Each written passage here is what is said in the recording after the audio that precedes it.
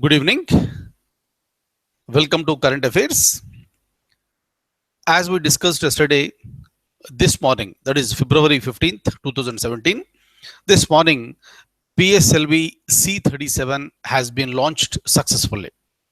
And all the 104 satellites have been put into the respective orbits.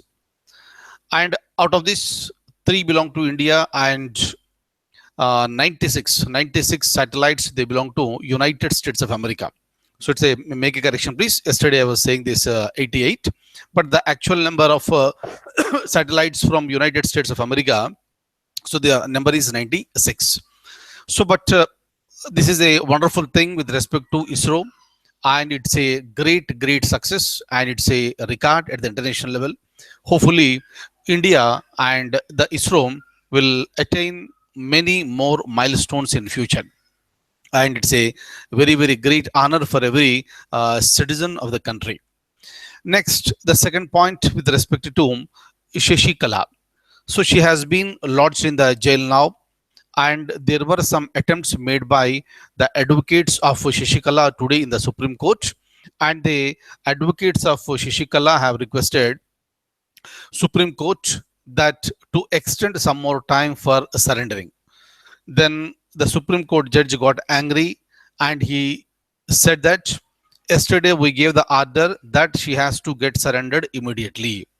And the judge said that, don't you know the meaning of immediate? And during the time, the advocate wanted to convey some message with respect to the health condition of Miss Shashikala. But the judge did not accept, and finally she had to surrender. She had to surrender, and she traveled to Bengaluru, and she surrendered herself, and she has been allocated a barrack. This she has been given a number, that is 10711. Of course, so these points are not very important for the examination point of view, but otherwise for our general information, kindly see here. So when a person has been imprisoned, right, so after this conviction, you are giving the sentence and you are putting the person behind the bars. So during that time, you cannot expect the person to be free. And of course, Shashikala tried for getting the VIP status with respect to this imprisonment, but it was not accepted, and she's being treated as an ordinary prisoner, and she has been this given this jail dress, and she has to serve the prison for the coming this term, complete term, this as decided by the court. And you are not expected to sit idly over there. And from this Sunday onwards, Mrs. Shashikala is going to be handed over with some work, and for that work she'll be paid 50 rupees a day, right? So this is the things that will happen inside the jail. So of course, with respect to the stalemate in Tamil Nadu, that is still continuing. So maybe by today evening the governor may take a decision. So it's really late, and we expect that Mr. Palaniswamy has to be invited by the governor, and he should be asked to prove the majority, right? So you need to decide this by this voting, right? So this is called composite test. So you need to decide it. And when it comes to the numbers, even today also the numbers are there on the side of Palaniswamy and not on the side of the Mr. O Pannirselvam. And if everything is going well, if Palaniswamy gets a majority, so he will be the chief minister. Otherwise, if nobody gets a majority, then inevitably president's rule will be imposed in Tamil Nadu, right? So most of the political parties, they don't want this president's rule to be imposed, because very recently the elections were conducted, and they have a lot of time, lots of term is there, more than 4 years. So that is the reason why majority of the members may not be interested to go to the elections immediately, right? So we'll be watching the developments in Tamil Nadu now. So let me open the document today. With respect to the recently occurred incidents, I have designed some questions, and I'll show you those questions. And these are the probable questions in any forthcoming examination. And please look at the question very carefully and try to understand the question and try to answer it. So we'll do it now. Kindly have a look at this. Look at this. Who of the following presidents of India re-promulgated an ordinance for 5 times, which is the highest in the history of the post-independent India? Meaning, starting from the year 1950 till today. So one of the presidents of India, so he re-promulgated the same ordinance re-promulgated the same ordinance again and again, and highest number of times is the 5 times. That, so who is this president? So that is a question. So basically, I would like to tell you certain points. You know what is the meaning of the ordinance? Under the provisions of the constitution, under article number 123, the president promulgates the ordinance, and ordinance will be promulgated by the president of India only during the recess of the parliament. Meaning, whenever there is a rest period, the president can promulgate the ordinance. During the session, president is not allowed to promulgate the ordinance. Clear? So this is a shortcut method that is available to the government of India, where if the parliament is not in the session, so you can still go with a law which can be implemented. But that law is a temporary law, and that is nothing but the ordinance. And that law will be valid for a period of time. And after the this parliament has been reassembled, after the parliament has been reassembled, from that day it should be accepted within a period of 6 weeks. So within 6 weeks that should be accepted, otherwise the ordinance will be nullified. Now, so with respect to this ordinance has been issued by the president of India. Imagine, so within 6 weeks it was not accepted by the parliament, then the ordinance will become invalid. Now, after a period of time, the parliament is prorogued, right? The parliament is prorogued, and now the parliament is under recess. So during the recess time, can the president re-promulgate the same ordinance? Clear? Right? So if you look at this one, constitution has not put any restrictions on the powers of the president with respect to the re-promulgation. There is no restriction. That is the reason why, so this is considered to be a gap in the constitutional provisions. That is the reason why, so the ordinance which was this negated, again it can be re-promulgated, and again this is valid for a period of time, and again you need to pass this within a period of 6 weeks, and if it is not, again the ordinance will be nullified. Later again the ordinance has been re-promulgated. Like this, one of the presidents in India has re-promulgated the same ordinance for 5 times. Clear? I am not just talking about the promulgating the ordinance. Same ordinance has been re-promulgated. And so many times the Supreme Court has questioned the power of the president of India.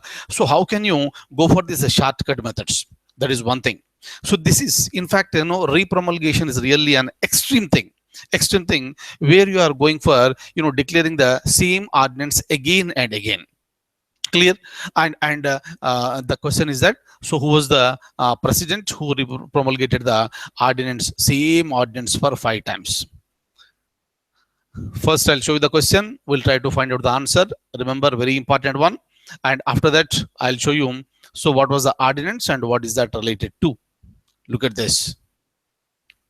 Right? So here is the question on the screen. Dr. Neelam Sanjeeva Reddy, Dr. Shankar Dayal Sharma, Gnani Jail Singh, or is it D, Mr. Pranab Mukherjee? ABC are the former presidents of India, and everyone promulgated ordinances. When it comes to D, Pranab Mukherjee is the current president of India, meaning sitting president of India. And for this question, option number D is the answer. It is Pranab Mukherjee who re-promulgated the same ordinance for 5 times. Kindly remember this.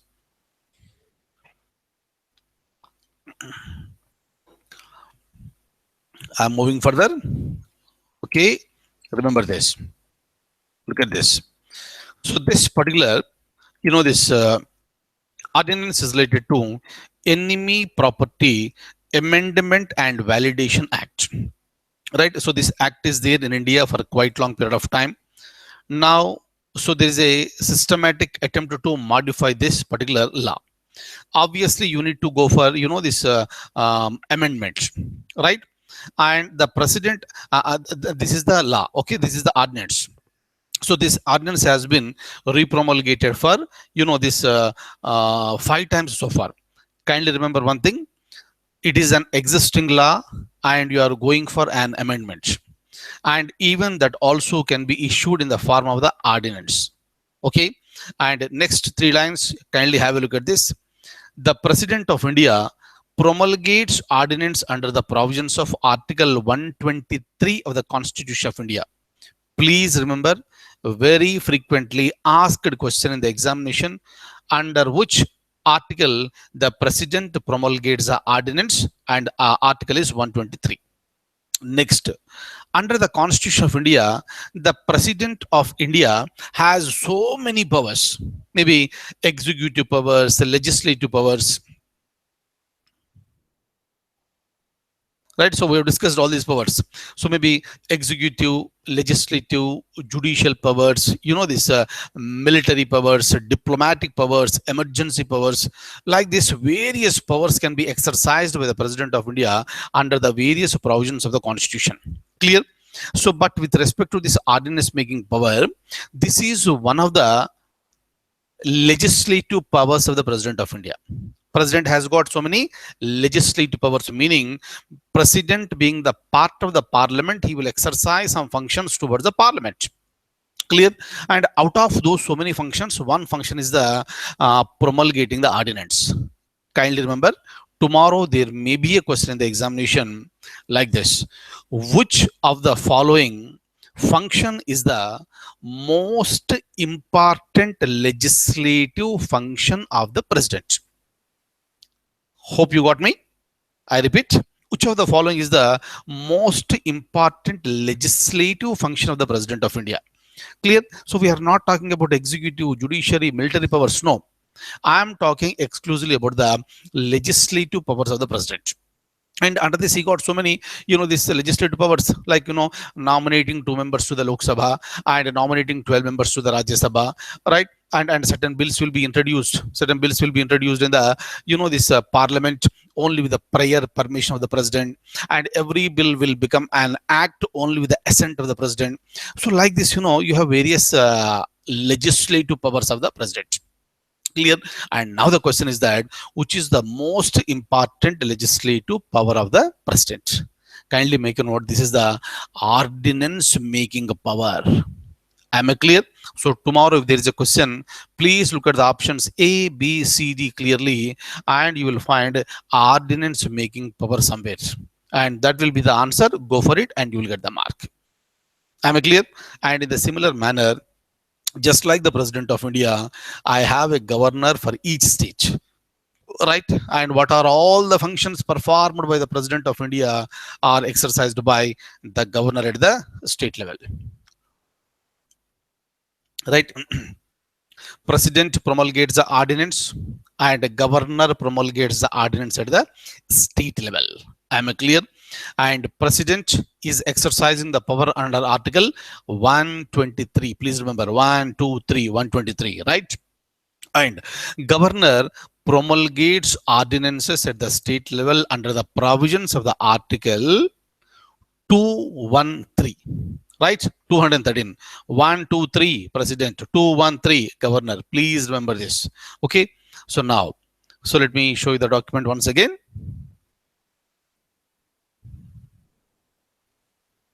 Look at this. Right. So the governor promulgates ordinances under the provisions of Article 213 of the Constitution of India. Kindly remember, anything, anything may be a question in the examination. You have to be so careful and cautious. Next. This particular question I have already discussed with you. You can answer it very, very easily. In which of the following years does China relaxed one-child policy? For quite a long period of time in China, it is a one-child policy. But the question is that in which of the following years China has relaxed the one-child policy? Clear? So this the aging is this increasing, and the people who are old becoming higher, in China, and the number of the youngsters is becoming very, very low. That's a matter of a serious concern. That's the reason why decision has been taken by the government, and so there has been a relaxation. Clear? And sometime back I was discussing with you, this for the prevention of this pregnancy, intrauterine devices have been arranged. So in the woman. So now the government of China is asking the women to, this safely to remove those intrauterine devices. Clear? And the government also offered them that they will be, this removed safely and free of cost. All arrangements will be made by the government. Am I clear? And now, so with respect to this question, they will ask you which year. What is the years? When did we discuss this? This point we have discussed last year. That is 2016. Kindly remember, answer is 2016. Once again, let me show you the question.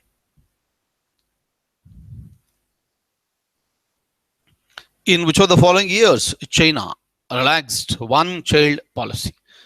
Answer is 2016. Option C is the answer, and the reason is declining fertility and aging population.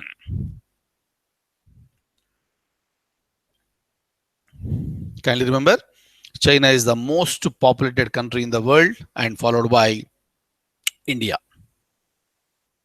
Next, look at this. Which of the following is the first state in India to adopt blockchain technology to protect government's large database of digitalized records? Every government is going for digitalization, as we know. Some of the governments are moving very, very fast, right? And some governments are moving little slowly. But one of the state governments, it is going for the blockchain technology. So this is a wonderful technology. Otherwise, what will happen? So when we have the larger data, so there is every possibility of the manipulation. There is every possibility of the hacking. There is every possibility of copying the data. But if you use the blockchain technology, this technology is such a wonderful technology where the information can be distributed, where the data can be distributed, but the data cannot be copied. Am I clear? Fine. So obviously you cannot manipulate this. So this is a wonderful technology, and the question is that which is the state that is leading? Already that particular state has already, this introduced this technology in 2 government departments on pilot basis. So kindly remember, when I say pilot basis, so this is with relation to the, this trial basis. Trial basis in the sense you adopt a technology, implement it only in 1-2 departments and see how exactly it is functioning. And after a period of time, you verify the results. If you are happy with the results, come on, implement in all the government departments. Am I clear? And the question is that which is the state so that is leading in this? Answer is Andhra Pradesh. Please remember this. It may be a question in any examination, and especially for those people who are writing the Andhra Pradesh Public Service Commission examination, please remember this. And the Chief Minister of Andhra Pradesh, Mr. Chandrababu Naidu, and he is known for his, this ideas with respect to, this information technology. And he was one of the very few chief ministers in the country who very effectively utilizes the technology that is available. Right? So one of the wonderful chief ministers present in the country.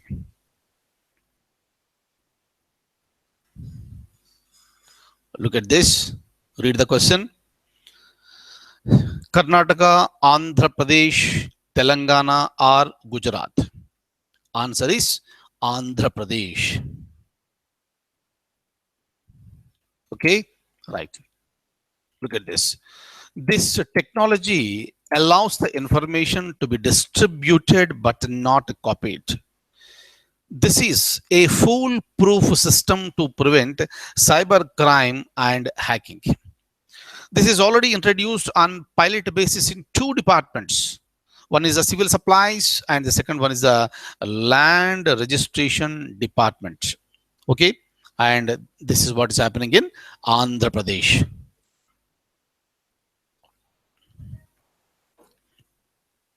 I'm going further. Kindly follow each question very carefully.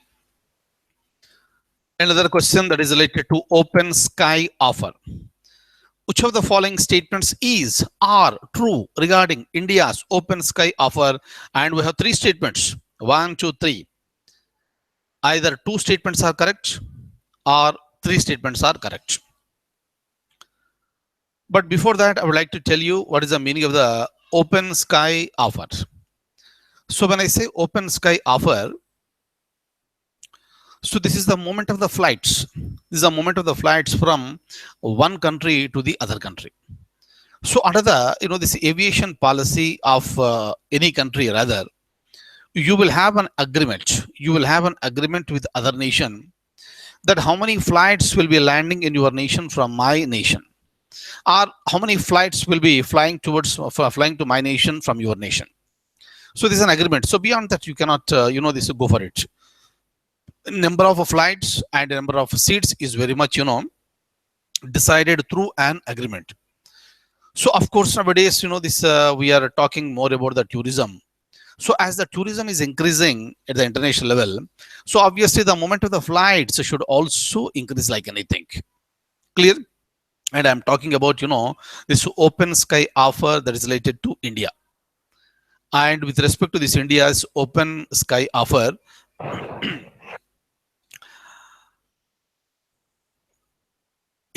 from India, how many flights will be going to, and from other nation, how many flights will be coming in. So this is the open sky offers. And the first thing for India is that initially India wanted to concentrate on the SAARC nations. So that what will happen when you say open sky offer, here you will not have any limitation. How many number of flights? No limitation. How many seats? No limitation. So this is called the open sky offers. And with respect to SAARC nations, India has the open sky offer. So with all the SAARC nations except 3. How many SAARC nations are there? In fact, 8 SAARC nations are there. Clear? And with respect to that, we have a question now.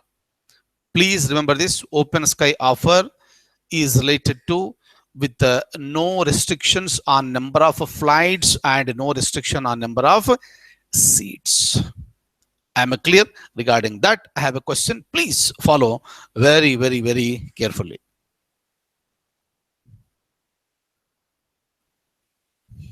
Look at this. Under this agreement, there is no restriction on flights or seats between India and the other nation.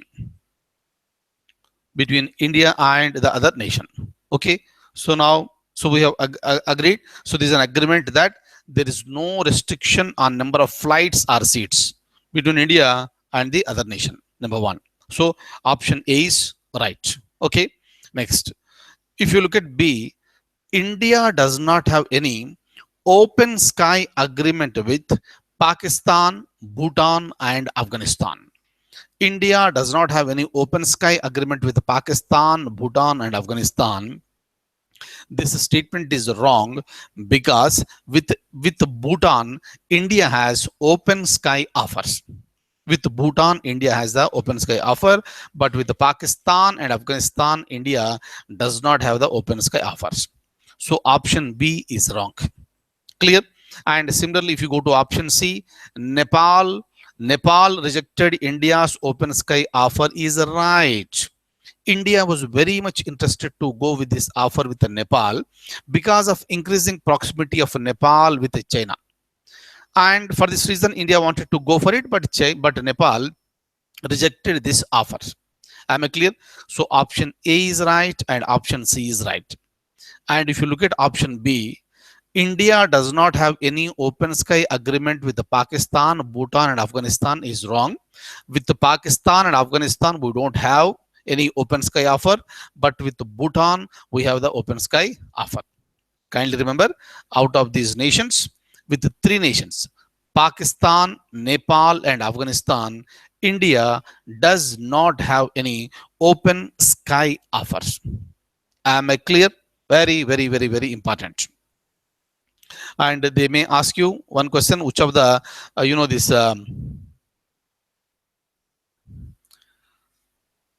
which of the SAARC nations has rejected India's open sky offer? Answer is the Nepal, right? So now look at the question once again.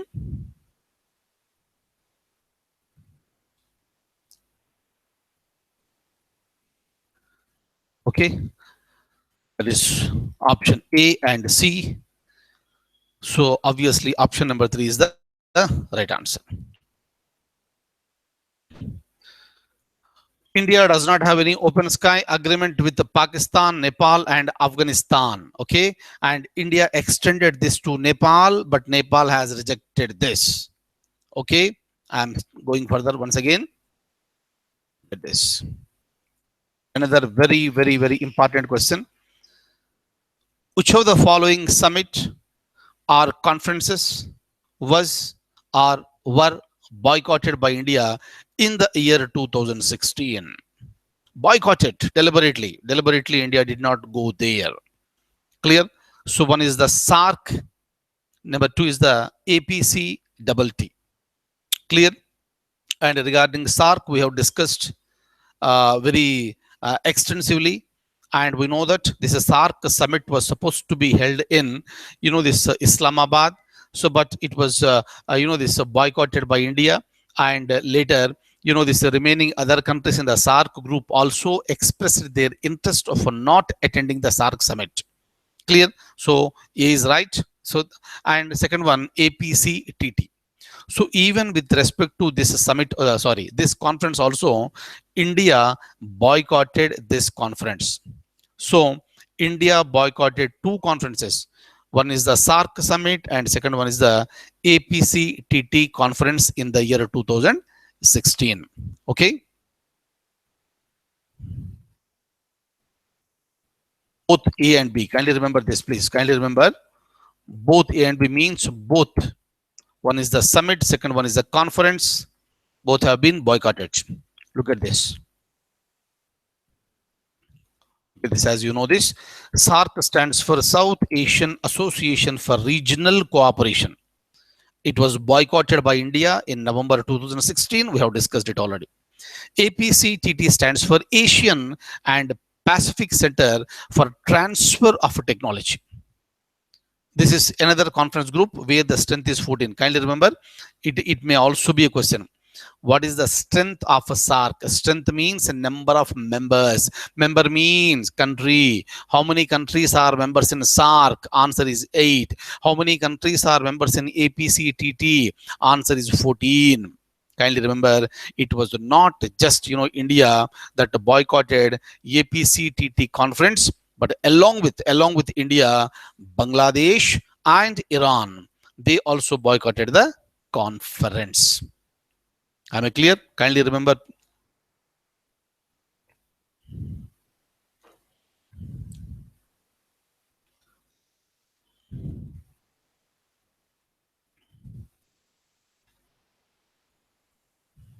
Look at this. So the following states took the lead to set up a pilot corridor for the sea train. So this is another wonderful concept. So that is being launched in India. One of the states in India took the lead and it is going ahead with this. So this is a type of train where you require just 5 meters width space. Just 5 meters width space and you can construct this. Clear? And this can also be constructed in the residential areas. Clear? Wonderful one. And C train, C stands for caterpillar. Okay. And the question, I'll show you the details now, and I have an image with respect to sea train, and I'll also show you that now. Right. So with respect to this the question, so which is the state that took the lead? Answer is Haryana. Okay. Look at the question. Answer is Haryana. Okay. Uttar Pradesh, Tamil Nadu, Maharashtra, or Haryana.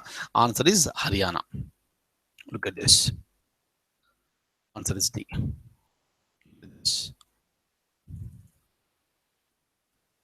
Right. So this is the, this C train.